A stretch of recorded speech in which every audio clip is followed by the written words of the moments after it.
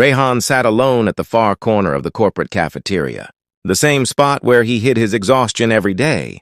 No one noticed him, and that was fine with him. He was used to being ignored, used to the silence, used to swallowing the bitter truth that he worked 2 jobs and still barely survived. His co-workers whispered about him, but he never bothered correcting them. They didn't know he had a daughter waiting for him every day, a little girl who moved through life on one leg and more courage than most adults he knew. Ima waited in the lobby that afternoon, shivering from the rain outside because the guard forgot she usually came in. She didn't complain. She never did. She stood quietly, dripping water, clutching her school bag, watching people pass by without even looking at her. When she saw the elevator door open, she hesitated but stepped in. Today, she needed her father more than usual. Her prosthetic strap had loosened, making every step painful. Inside the cafeteria, workers chatted loudly, scrolling through their phones, laughing over jokes. No one noticed a small girl limping into the crowded room. She searched for her father. She spotted him across the hall, but he was trapped in a meeting corner, surrounded by Fahad and a few others who were making him redo work he had already done. She didn't understand the details, but she knew the look on her father's face. Tired, polite, defeated.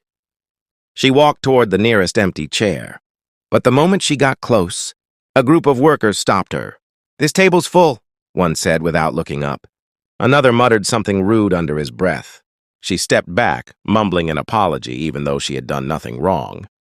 Her eyes scanned the room again. She saw an empty chair next to a man tapping away on his laptop. It was her father's usual spot. With courage, she had to gather piece by piece. She approached him and whispered, "Can I sit here?" He didn't respond. She tried again, her voice trembling. "Can I please sit here?" Still nothing. Not even a glance. Her eyes filled with tears. She turned slightly away, thinking maybe she should just sit on the floor. She felt everyone staring, not with concern, but annoyance.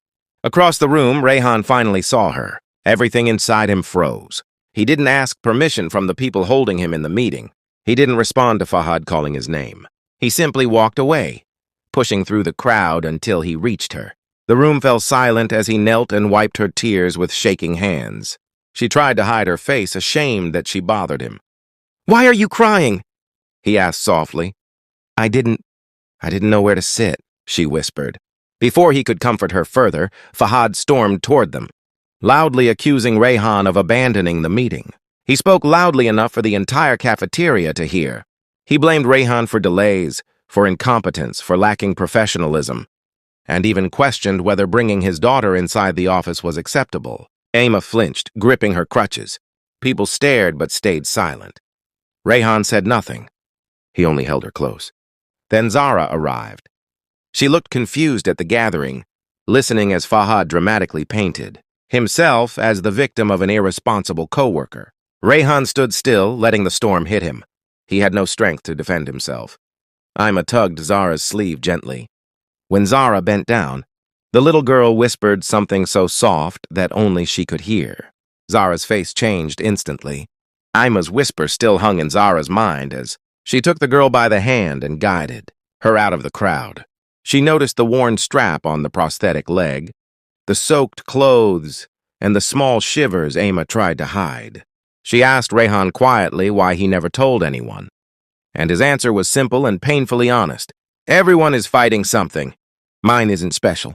Zara didn't respond. She simply walked away, but not to leave. She went straight to the office records. Within minutes, she uncovered days' worth of suspicious edits, deleted files, and reassigned tasks. Every trail led directly to Fahad, his signature, his timestamps, his unauthorized access logs. She felt her chest tighten with anger as she realized Rayhan had been silently fixing every sabotage without blaming anyone. When she returned to the cafeteria, she didn't ask for attention. She simply spoke, and the entire room went quiet. She announced what she found. She laid out the proof. She turned to Fahad and asked him to explain the security footage showing him at Rayhan's workstation late at night. His excuses collapsed under the weight of undeniable evidence. Rayhan stood still as whispers filled the cafeteria. Ima watched, gripping his sleeve. Zara then revealed something no one expected. Years ago, her niece had survived because of a bone marrow donor who asked for complete anonymity. That donor, the one who saved her family, was standing right there, quiet, humble, unnoticed. Rehan. He never told anyone. He never used it for sympathy. He simply saved a life and walked away. The cafeteria workers lowered their heads, ashamed. Zara turned to Emma and knelt to her level. She promised medical support, a repaired prosthetic, and a safe place for her inside the office. She announced a new daycare policy, naming it quietly after the brave little girl who had asked, for nothing more than a place to sit. Emma looked around at the workers who ignored her earlier. She didn't scold them. She didn't blame them. She simply said in a trembling but sincere voice, "Sometimes people need kindness, even if they don't ask." Rehan lifted her gently and whispered that she would never again have to search for a seat in a world that overlooked her. As he carried her toward the exit, a silence spread through the room, not the silence of ignorance but respect. People stepped aside, forming a path, giving the little girl the place she deserved. The silent hero walked out, not seeking applause, but finally receiving the dignity he earned long before anyone noticed.